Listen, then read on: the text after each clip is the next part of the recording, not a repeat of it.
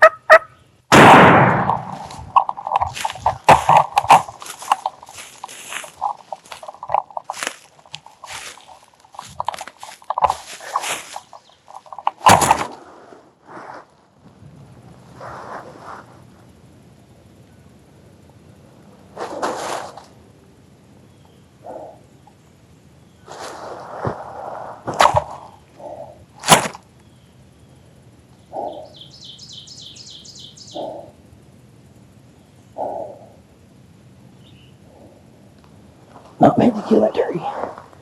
Not meant to kill him.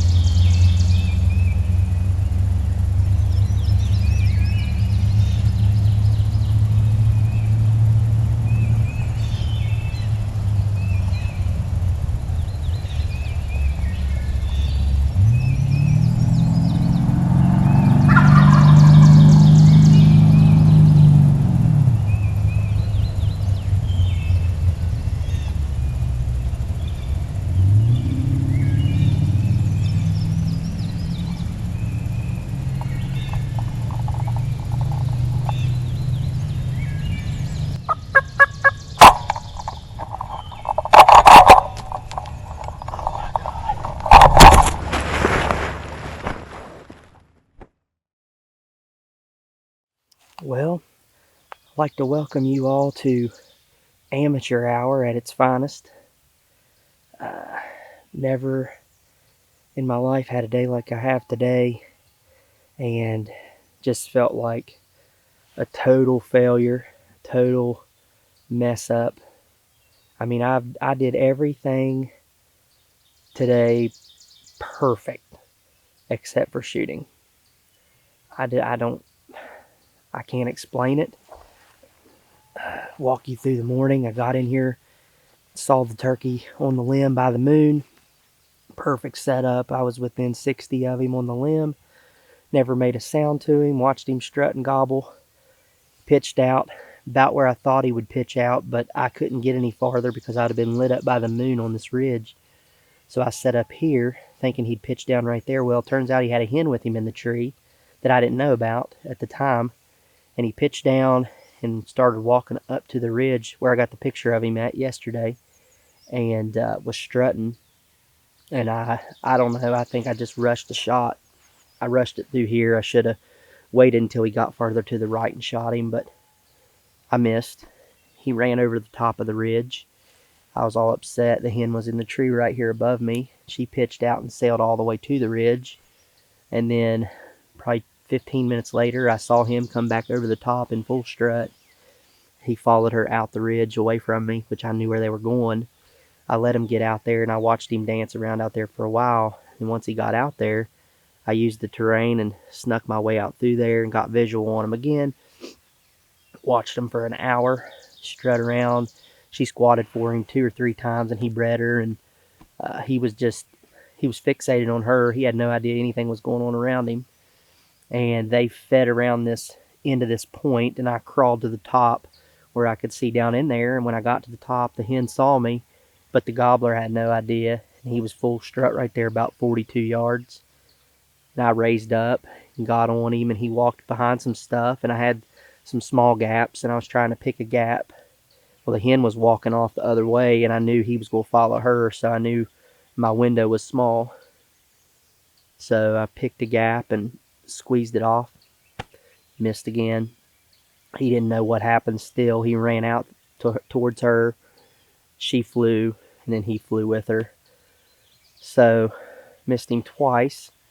And I'm pretty positive that turkey's unkillable at this point because I've had too many times like that, and just something always happens. So I come back out through here, out the ridge, and I'm just disgusted at myself, and I'm done. I'm walking back to grab my stuff, and I'm done. I'm leaving. Standing out there, just kind of just listening and sulking, really. And a turkey gobbles right here behind me in this holler. And he starts gobbling on his own like really good. So I just sat down at that tree I was at, started working him, and he was coming the whole time. Instead of coming out this road, he went up high, went up on this point, up on this ridge, and eventually he broke, and I saw him coming right down the end of it, right down the toe, full strut, gobbling the whole way. He come right down through there, started angling kind of away from me, so I stopped him with my mouth call, stopped him, and he raised his head up. Perfectly clean, easy shot, probably 35 yards. Pulled the trigger, click. Gun didn't go off. So I guess when I was shucking down there before, I didn't get the action closed all the way, and it never even hit the primer, nothing. And he just went bebopping and went up the hill, and he ended up flying across the holler too. So I've blown every turkey off this mountain today. Just totally ridiculous, really. I have no excuse for it at all. My gun just, I don't know. The two misses were probably 100% my fault, and then the last one was just ridiculous. Salt in the wound, for sure. It's going to take me a while to get over this one. I've never had a day quite like that where I've had three misses in one day. So that's pretty tough to deal with. But we're going to get our stuff and get out of here. I got to get to work. All this happened before 8 o'clock. So, unbelievable day. But no excuse for it.